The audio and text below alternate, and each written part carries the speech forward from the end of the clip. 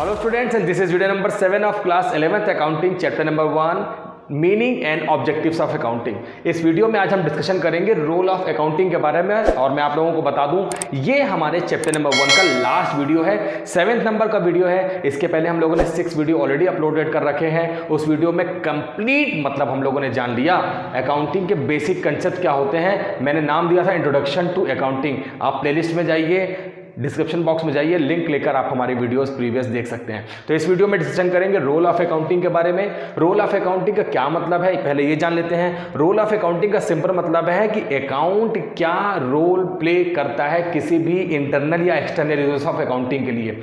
मैंने आपसे कहा था कि यूजर्स 2 टाइप के होते हैं। एक होते हैं इंटरनल यूजर्स जो हमारे बिजनेस इंटरप्राइजेस के इंटरनल एग्जिस्ट करते हैं, और दूसरे यूजर्स वो जो एक्सटर्नल एग्जिस्ट करते हैं, जो बाहर होते हैं बिजनेस के। वो इन्वेस्टर्स होते हैं, वो गवर्नमेंट होती है, वो हमारे इनकम टैक्स डिपार्टमेंट होते हैं, रिसर्चर्स होते हैं, डिफरेंट होते हैं। और सब लोगों के लिए क्या रोल प्ले करता है अकाउंट्स, ये आज हम जानने की कोशिश करेंगे।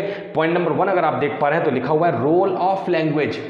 एक ऐसी लैंग्वेज जो हर किसी के समझ में आ जाए, ये काम करती है अकाउंटिंग। अकाउंट में हम सारे रिलेवेंट इंफॉर्मेशन को जो रिलेटेड टू बिजनेस होती है उसे एक कॉमन लैंग्वेज जिसे हम अकाउंटिंग लैंग्वेज कहते हैं, हम इस कॉमन लैंग्वेज में जब इंफॉर्मेशन को चेंज कर देते हैं और ये अकाउंटिंग लैंग्वेज बन जाती है जो हर किसी को अंडरस्टैंड हो जाती है, हर कोई इसको समझ सकता है, तो हम रोल ऑफ अकाउंटिंग लैंग्वेज में जो करने की कोशिश करते हैं, it prepares reports and statement which communicate information regarding business.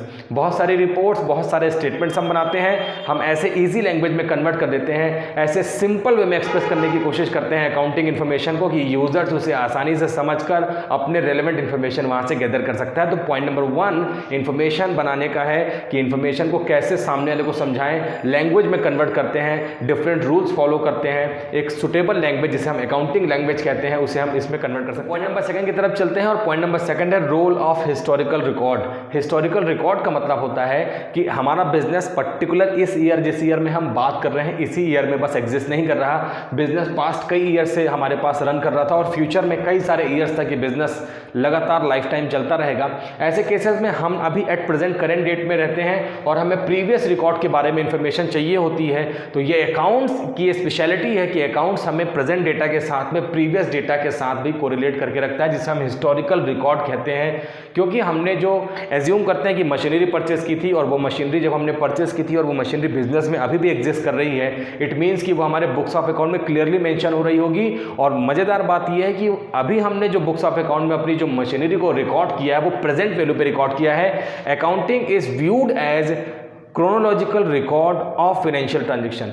Chronological records का मतलब होता है कि हम सारी ही ट्रांजैक्शन को जैसे जैसे ट्रांजैक्शन होती गई थी उसी हमने सीक्वेंस में, उसी हायरार्की में मेंटेन करके रखा था, डेट वाइज रखा था, उसे ही हम कहते हैं क्रोनोलॉजिकल ऑर्डर में हमने रखा था of financial transaction in the books of account according to specified rules. जो स्पेसिफाइड रूल्स थे उसके अकॉर्डिंग रखा था, सारे रिकॉर्ड मेंटेन किए थे, चाहे वो प्रीवियस के थे, और प्रीवियस और करंट ईयर को डेटा को देख के ही हम फ्यूचर के लिए डिसीजन मेकिंग करते हैं। तो हमारे पास में हिस्टोरिकल रिकॉर्ड का कंप्लीट पैकेज है।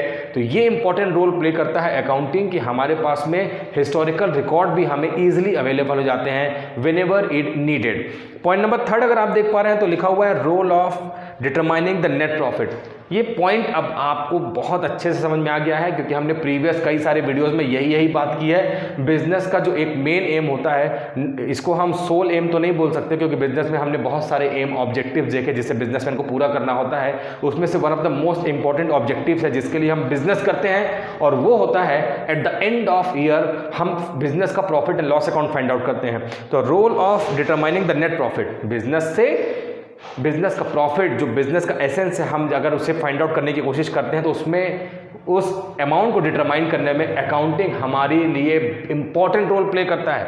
It is regarded as means of determining the true profit और loss of the business enterprises का ट्रू प्रॉफिट एंड लॉस। क्योंकि जब हम अकाउंट्स मेंटेन करते हैं उसमें होने वाले एरर्स और फ्रॉड को भी हम वहां से एलिमिनेट कर सकते हैं, हम उसे वहां पर कैप्चर कर सकते हैं, स्क्रूटनी कर सकते हैं और उसे हम अलग कर सकते हैं, और उसके बाद बिजनेस का ट्रू एंड फेयर अकाउंट वहां पर हम प्रिपेयर करते हैं जिससे कि बिजनेस के ट्रू प्रॉफिट या लॉस की इंफॉर्मेशन हमें वहां से मिल सकती है, हम आसानी से उसे कैलकुलेट कर सकते हैं, डिटरमाइन कर सकते हैं।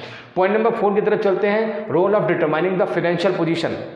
याद करिए प्रीवियस वीडियो मैंने आपसे कहा था कि किसी पर्टिकुलर बिजनेसमैन को, किसी पर्टिकुलर बिजनेस कंसर्न्स के मेंबर्स को मतलब कि वहाँ के एम्प्लॉयज़ को, वहाँ के ऑफिसर्स को देखकर हम बिजनेस के फाइनेंशियल पोजीशन का प्रिडिक्शन, अंदाज़ा नहीं लगा सकते। अगर हमें किसी भी बिजनेस के फाइनेंशियल साउंडनेस की इन्फॉर्मेशन चाहिए, वहाँ पे फाइनेंशियल स्टेटस के बारे में जानना है, तो हमें बुक्स ऑफ अकाउंट देखनी होगी। और यही इंपॉर्टेंट रोल प्ले करता है अकाउंटिंग में हमारे पास हम किसी भी बिजनेस कंसर्न के बारे में, किसी भी बिजनेस एंटिटी के फाइनेंशियल बैकग्राउंड को, फाइनेंशियल स्टेटस, फाइनेंशियल साउंडनेस का इन्फॉर्मेशन वहां से ले सकते हैं। It shows the financial position of the business by preparing balance sheet. और ये हम पता कर सकते हैं बिजनेस अकाउंट, हमने कहा था फाइनल अकाउंट हम मेंटेन करते हैं। बहुत सारे टेक्निकल टर्म्स हैं जो आपको अभी अपकमिंग वीडियोज में बहुत जल्दी क्लियर होने वाले हैं। तो balance sheet at the end of year किसी भी बिजनेस कंसर्न में बनने वाला एक स्टेटमेंट है, जिसको देखने के बाद एट ए ग्लांस हम एक ही प्लेस में वहाँ पर बिजनेस की सारी एसेट, सारी लायबिलिटी के बारे में इंफॉर्मेशन लेकर बिजनेस की फाइनेंशियल पोजीशन को इजी वे में अंडरस्टैंड कर सकते हैं, जान सकते हैं। तो ये रोल प्ले करता है हमारे लिए फाइनेंशियल पोजीशन को फाइंड आउट करने में अकाउंटिंग हमारी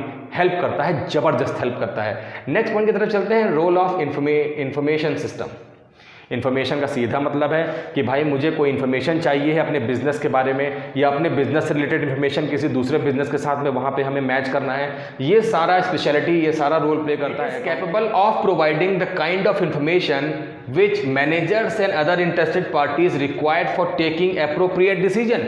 कोई भी इंफॉर्मेशन जिसके बेसिस पे हमें फर्दर डिसीजन लेने हैं और वो डिसीजन लेने के लिए वो इन्फॉर्मेशन अकाउंटिंग की रिक्वायर्ड थी, तो भैया अकाउंट्स हमें वो सारी इन्फॉर्मेशन प्रोवाइड करता है जिसके बेसिस पे आप फ्यूचर के लिए फर्दर कोई वहाँ पर डिसीजन लेना चाहते हैं, कोई प्लानिंग करना चाहते हैं, कोई वहाँ पर नया ऑर्गेनाइजेशन स्टार्ट करना चाहते हैं, कुछ नया करना चाहते हैं, उसकी सारी इन्फॉर्मेशन यहाँ से आपको मिल जाती है। और ये information managers and other interested parties, जो भी इंटरेस्टेड पार्टीज़ हैं, मैंने आपको इंटरेस्टेड पार्टीज़ के बारे में प्रीवियस वीडियो में यूजर्स ऑफ अकाउंटिंग के बारे में बताया है। वो गवर्नमेंट हो सकती है, वो क्रेडिटर्स हो सकते हैं, वो बैंक हो सकता है, वो इनकम टैक्स डिपार्टमेंट हो सकता है, वो गवर्नमेंट हो सकती है, वो पॉलिटिकल पार्टीज हो सकती है, वो हमारे इन्वेस्टर्स हो सकते हैं, वो हमारे रिसर्चर्स हो सकते हैं। इन सब के लिए इन्फॉर्मेशन है जिसे यूज़ कर वो अपने लिए फर्दर डिसीजन के बारे में बात कर सकते हैं। और लास्ट पॉइंट अगर आप देख पा रहे हैं, लिखा है रोल ऑफ सर्विस प्रोवाइडर। ये बहुत इंपॉर्टेंट पॉइंट, जिसमें अकाउंटिंग सर्विस प्रोवाइडर का काम करती है। और सर्विस कैसे प्रोवाइड करती है, लिखा है it provides the quantitative financial information which is helpful to the users of different ways. हम लोगों ने पढ़ा कि हम अकाउंट्स में ऐसी ट्रांजेक्शन को आइडेंटिफाई करते हैं और मेजर करते हैं, रिकॉर्डिंग करते हैं जो फाइनेंशियल नेचर की होती है। तो फाइनेंशियल क्वांटिटेटिव अप्रोच के बारे में अगर हम बात करें तो किसी भी ट्रांजैक्शन में कितना फाइनेंशियल क्वांटिटी है, उसका क्वांटम ऑफ अमाउंट क्या है, हम डेसिमल के बाद के फिगर्स को भी यहाँ पर फाइंड आउट कर सकते हैं। और ये सारा काम हम कर सकते हैं अगर हमने ठीक तरीके से अकाउंट मेंटेन किया है। तो यहाँ पे वही है कि helpful to user to different ways. हम यहाँ पर डिफरेंट वेज में अपने पॉइंट ऑफ व्यू से हम अकाउंट इन्फॉर्मेशन को यूज़ कर सकते हैं। और ये पॉसिबल हो पाता है क्योंकि हमने अकाउंट सही तरीके से बनाया है। और पूरा क्रेडिट है अकाउंटिंग जो रोल प्ले करता है, इतनी सारी इन्फॉर्मेशन जो हम लोगों ने देख ली है प्ले करने में, और इतनी सारी इन्फॉर्मेशन अकाउंटिंग प्ले करता है। ये क्लास 11 अकाउंटेंसी चैप्टर नंबर 1 का लास्ट वीडियो है। नेक्स्ट वीडियो में फिर मिलेंगे। चैनल को लाइक, सब्सक्राइब और शेयर करना ना भूलें। फिर मिलते हैं नेक्स्ट वीडियो में, तब तक के लिए wish you all the very best.